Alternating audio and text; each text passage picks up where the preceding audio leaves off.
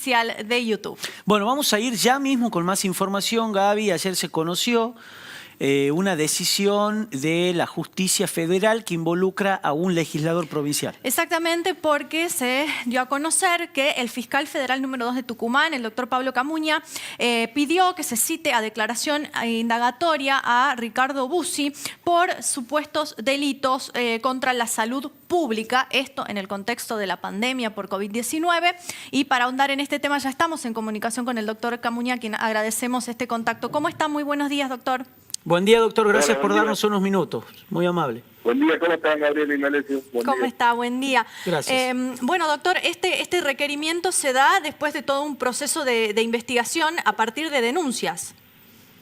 Sí, este proceso inició con una denuncia que en su momento se remitió primero a la justicia de la provincia. De ahí la causa se derivó hacia la jurisdicción federal y bueno, nosotros la tomamos la denuncia y antes de darle curso, digamos, hicimos lo que se llama una investigación preliminar, es decir, constatar la información básica de esa denuncia inicial. Y nos dimos con que, bueno, si había suficiente mérito como para seguir investigando. Así que, bueno, hicimos una tarea bastante amplia de recopilación de distintos tipos de pruebas. Y finalmente judicializamos, es decir, las presentamos ante el juez en el primer momento, pidiendo algunas medidas que tiene que aprobar, que solo el juez puede aprobar. Por ejemplo, el levantamiento del secreto bancario, el levantamiento del secreto médico, y a partir de ahí terminamos la investigación ya en ese punto con la participación de la defensa del imputado. Total, sí. Disculpe que lo interrumpe, le quería consultar porque usted mencionó las distintas pruebas o informes que han ido requiriendo. ¿Cuáles destaca entre ellos? Y me parece que fueron muy relevantes.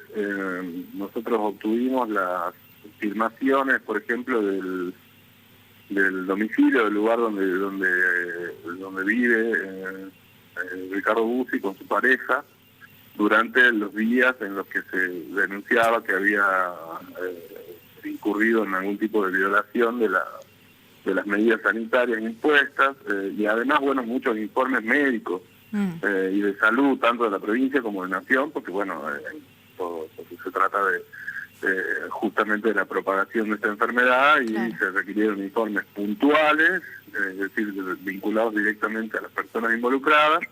Y también se pidió al Ministerio de Salud de la Nación preguntas genéricas, un informe genérico, digamos, sobre algunos aspectos de la enfermedad para tener también agregado, digamos, a este legajo, para que, bueno, todas las partes, por ejemplo, una de las cosas que le preguntamos a Salud era si el negativo para plasma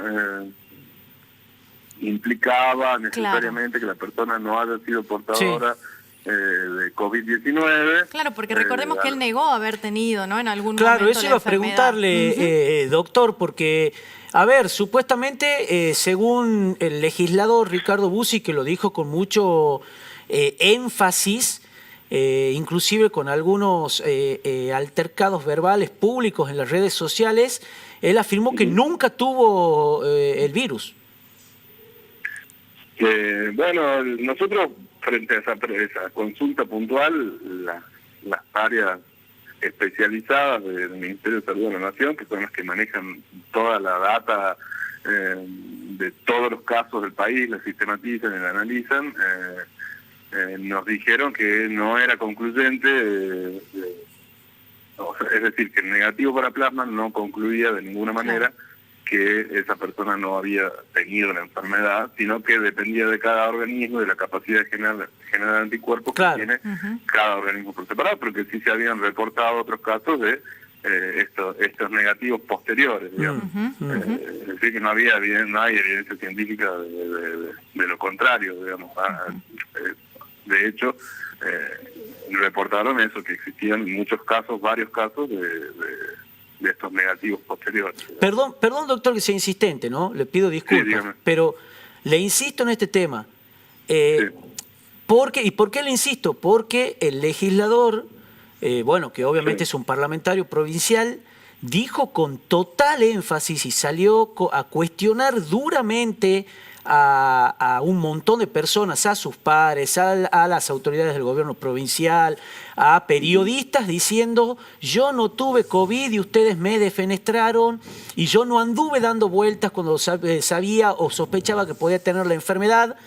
Usted, según lo que entiendo, en la investigación tienen pruebas de lo contrario. ¿Es así? ¿Estoy entendiendo bien? Sí, miren, nosotros esa pregunta específicamente se la hicimos a quien creemos que es la autoridad máxima, digamos, en cuanto al conocimiento de esta enfermedad, sobre la cual todavía no se conoce todo.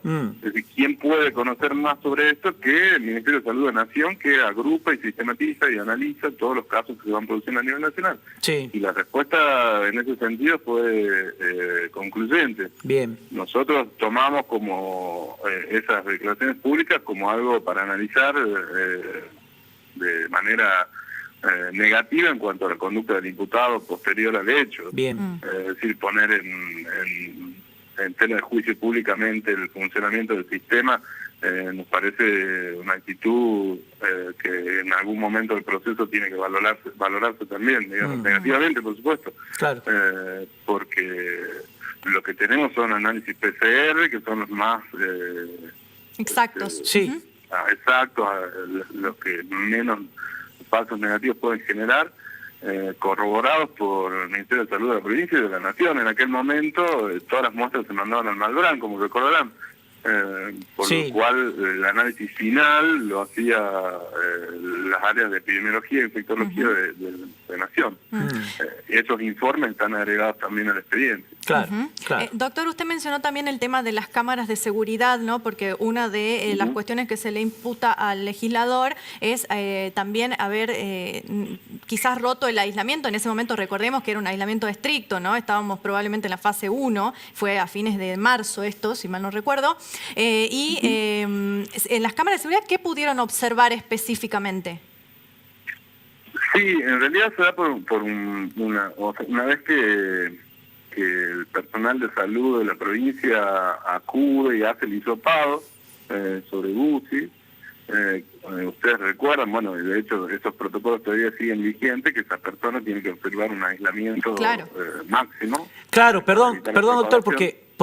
porque más allá de esto, disculpe la interrupción, podría aducir el legislador que está entre las actividades exceptuadas y que podría verse desplazados o romper el aislamiento si lo necesitaba por su tarea pública, pero en este caso es lo que usted dice: una vez hisopado ante la sospecha mínima que sea COVID, supuestamente eso nos rige a todos, exceptuados o no, hay que estar aislado. Exactamente, hasta tener un resultado que eventualmente puede ser negativo, en cuyo caso uno reanuda sus actividades. Seguramente a ustedes les pasó, porque entiendo que Claro. es una tarea de mucho. De hecho, leí, muchos periodistas en esa situación. El tema es que a partir de ese momento se convierte en caso sospechoso, Claro.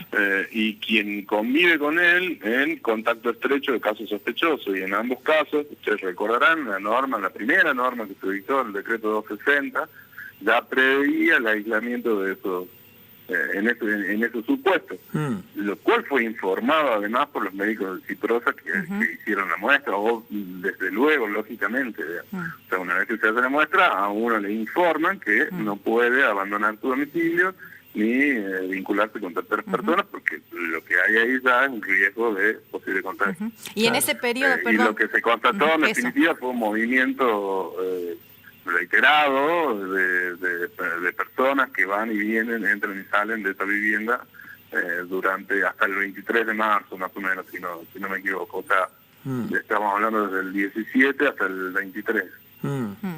En caso, como se trata de un legislador provincial, ¿cómo tiene que seguir el procedimiento en cuanto a si hay un llamado a indagatoria o cómo viene la imputación a partir de esta investigación que hicieron desde la Fiscalía? No sé cómo es el procedimiento, digo. El privilegio legislativo solamente funciona con relación a los pedidos de detención. Nosotros no hicimos pedido de detención, en este caso no creemos que haya riesgo de fuga o entorpecimiento del proceso. así que no hubo pedido de detención, el proceso tiene que avanzar y bueno, por supuesto comparecerá ante el juez el acusado y dará sus explicaciones, presentará su prueba. Bueno, de hecho ya vino participando en el proceso a través de su defensor técnico. Y bueno, ahí el juez tendrá que tomar una resolución y se verá cómo se avanza. Doctor, entonces, ¿esto cómo seguiría? ¿Él debería presentarse ahora para declarar? El juez tiene que, citar la indagatoria. Nosotros hicimos el pedido en ese sentido, el juez tiene que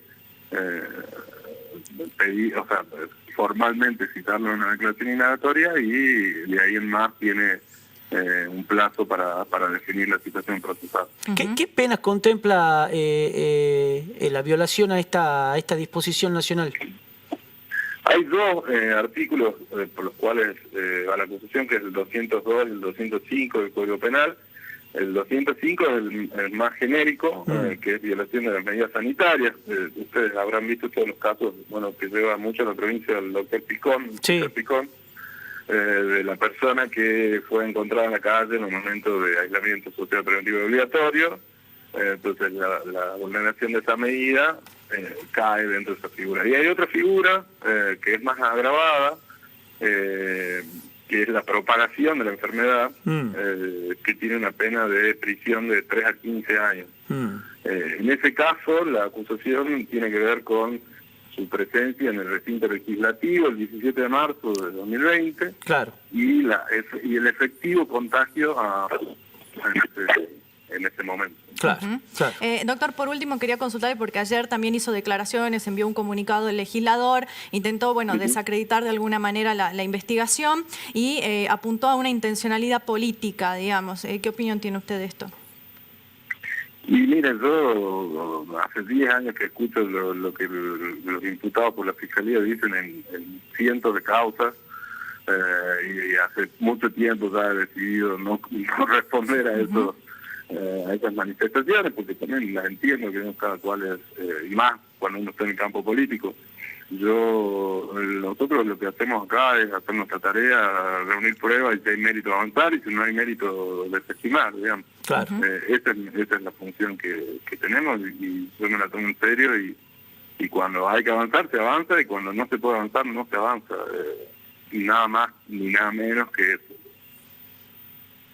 Bien. Bueno, muchas gracias, doctor. Muchas gracias muy por amable. este contacto. Le agradecemos mucho su tiempo. Buen día. Por favor, gracias. Buen día. Bueno, muy bien. Escuchamos ahí entonces al fiscal federal número 2 de Tucumán, al doctor Pablo Camuña, en relación a este requerimiento, ¿sí?, de indagatoria para el legislador Ricardo Bussi por la presunta comisión de delitos en contra de la salud pública, específicamente en dos aspectos. Uno es propagación de una enfermedad, de un virus, en este caso coronavirus, y se habla de el contagio a otro legislador, que es José María Canelada específicamente. Y por otro lado, por haber de alguna manera transgredido las normas de aislamiento que estaban dispuestas por el gobierno nacional. Así que bueno, vamos a ver cómo avanza este requerimiento de acuerdo con el juez Poviña, que es el juez federal número 2, Fernando Poviña, que es quien tiene que definir el llamado.